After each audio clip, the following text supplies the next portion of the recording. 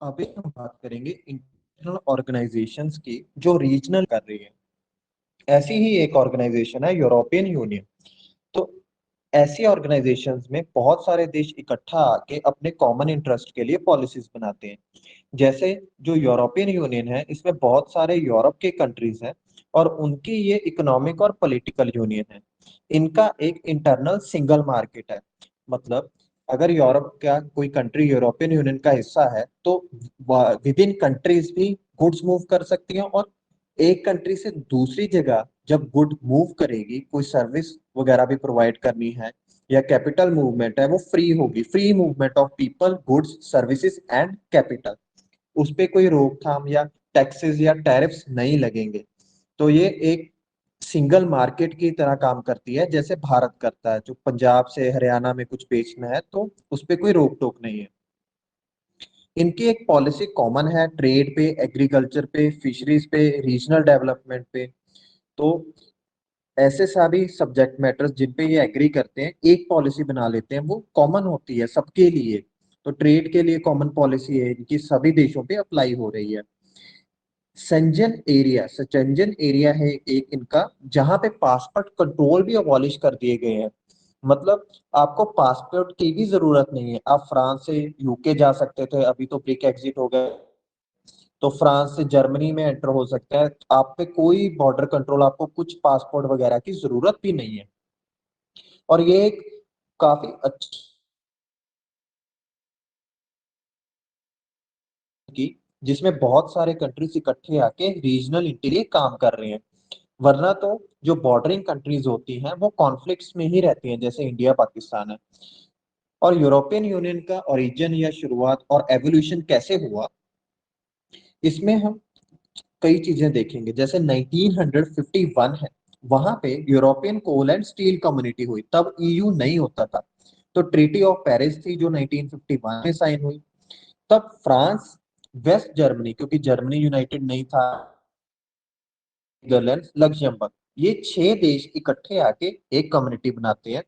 और कोल और स्टील को, ट्रेड को इकट्ठा करते हैं, तो उसको प्रमोट करने के लिए एक बॉडी आती है। 1957 में यूरोपियन इकोनॉमिक कम्युनिटी ईईसी बनता है। तो ये इसका ही एक अच्छा फॉर्म है, ज्यादा ट्रीटी ऑफ रोम साइन होती है 1957 में, जिससे ये ईईसी आता है। और इसके साथ ही यूरोपियन एटॉमिक एनर्जी कम्युनिटी बनती है, जिसे यूरो एटम कहा जाता है। ये भी साथ काम करते हैं। धीरे धीरे इसमें मेंबर्स भी जुड़ते गए। 19 आयरलैंड और यूनाइटेड किंगडम आए। 1979 में पहली बार यूरोपियन पार्लियामेंट के लिए डायरेक्ट इलेक्शन हुए। तो यूरोपियन में एक कॉमन पार्लियामेंट भी बन गई, जैसे इंडिया के एक पार्लियामेंट है। तो इन्होंने कॉन्टिनेंट साइज के लिए भी एक पार्लियामेंट बना दी। तो पूरे यूरोप में जितने भी यूरोपियन कम्युनिटी के मेंबर थे, तब ईईसी था, वो इकट्ठे पॉलिटिकली यूनाइट हो गए। फिर 1981 में ग्रीस ने ज्वाइन किया। 85 में शेंजन एग्रीमेंट हुआ, जिसने बॉर्डर कंट्रोल्स अबॉलिश किए। 1986 में स्पेन और पोर्टुगल आए। 90 में यूनिफिकेशन ऑफ जर्मनी होया हुआ, मतलब ईस्ट जर्मनी भी इसका हिस्सा बन गया। 1992 में यूरोपियन यूनियन स्थापित हुआ मास्ट्रिक्ट ट्रीटी द्वारा। तो एक ट्रीटी ने इसका नाम बदल के ईयू कर दिया। सिंगल मार्केट आया। 95 में ऑस्ट्रिया, फिनलैंड और स्वीडन ने ज्वाइन किया। फिर 1999 में एक बड़ा स्टेप लिया गया, मॉनेटरी यूनियन बनी, जिसको 2002 में अच्छी तरह एनफोर्स किया गया यूरो करेंसी के द्वारा। तो इनकी करेंसी भी एक होगी। तो फ्रांस, जर्मनी, यूके, आयरलैंड, तो इन सब देशों की करेंसी यूरो हो गई। 2004 में बहुत सारे मेंबर्स ने इसे ज्वाइन किया। सिप्रस, चेक Republic, Estonia, Hungary, Latvia, Lithuania, Malta, Poland, Slovakia, Slovenia. उसके बाद 2007 में बुल्गारिया और रोमानिया ने ज्वाइन किया। 2009 में लिस्बन ट्रीटी साइन हुई, जो ईयू को फर्दर इंटीग्रेट कर रही थी। 2012 में इसे नोबेल पीस प्राइज भी मिला, क्योंकि इन्होंने इंटीग्रेशन का अच्छा काम किया और कॉन्फ्लिक्ट्स हमेशा के लिए यूरोप से हटा दिए। तो जो कंट्रीज आपस में लड़ते रहते थे, वर्ल्ड वॉर वन से भी पहले वन भी हुआ, फिर वर्ल्ड वॉर सेकेंड भी हुआ, वो यूनाइटेड होके प्रोस्पेरिटी के लिए काम करने लगे।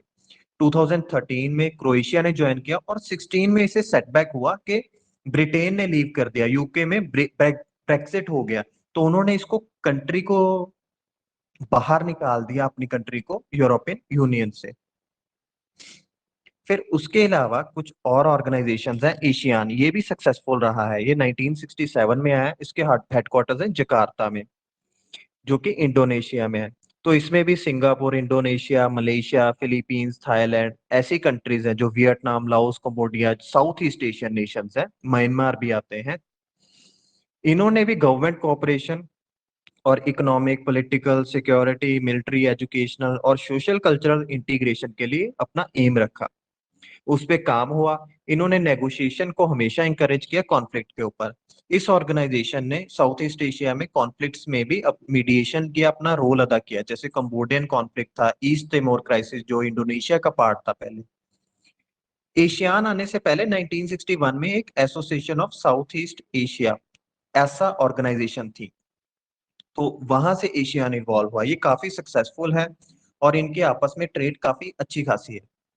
फिर OECD, organisation for economic cooperation and development, ये 1961 में आया। ये रीजनल इंटीग्रेशन के ऑर्गेनाइजेशन तो नहीं है, क्योंकि इसके कंट्रीज काफी दूर दूर हैं। इसका एम था इकोनॉमिक प्रोग्रेस और वर्ल्ड ट्रेड को बढ़ावा देना। ये डेमोक्रेसी और मार्केट इकोनॉमी को कमिटेड है, मतलब जो कैपिटलिज्म वाला ब्लॉक था उसकी आइडियोलॉजी लेकर ये आए थे। इन्होंने अच्छी प्रैक्टिस आइडेंटिफाई की, जो भी देश है इनके मेंबर्स, ताकि वो एक्सपोर्ट हो सके बाकी कंट्रीज को। फिर डोमेस्टिक और इंटरनेशनल पॉलिसी को ये कोऑर्डिनेट करने की कोशिश करते हैं, जो भी मेंबर्स हैं इनके। इनके ज्यादातर मेंबर्स हाई इनकम इकोनॉमीज हैं, जिनका बहुत हाई ह्यूमन डेवलपमेंट इंडेक्स है। इसका हेडक्वार्टर्स है पेरिस। तो इसमें फ्रांस, यूएस, कनाडा, इस तरीके के देश ज्यादा हैं जिनका हाई इनकम है, उनकी ये ऑर्गेनाइजेशन समझी जाती है। तो ये बहुत एलीट ऑर्गेनाइजेशन है।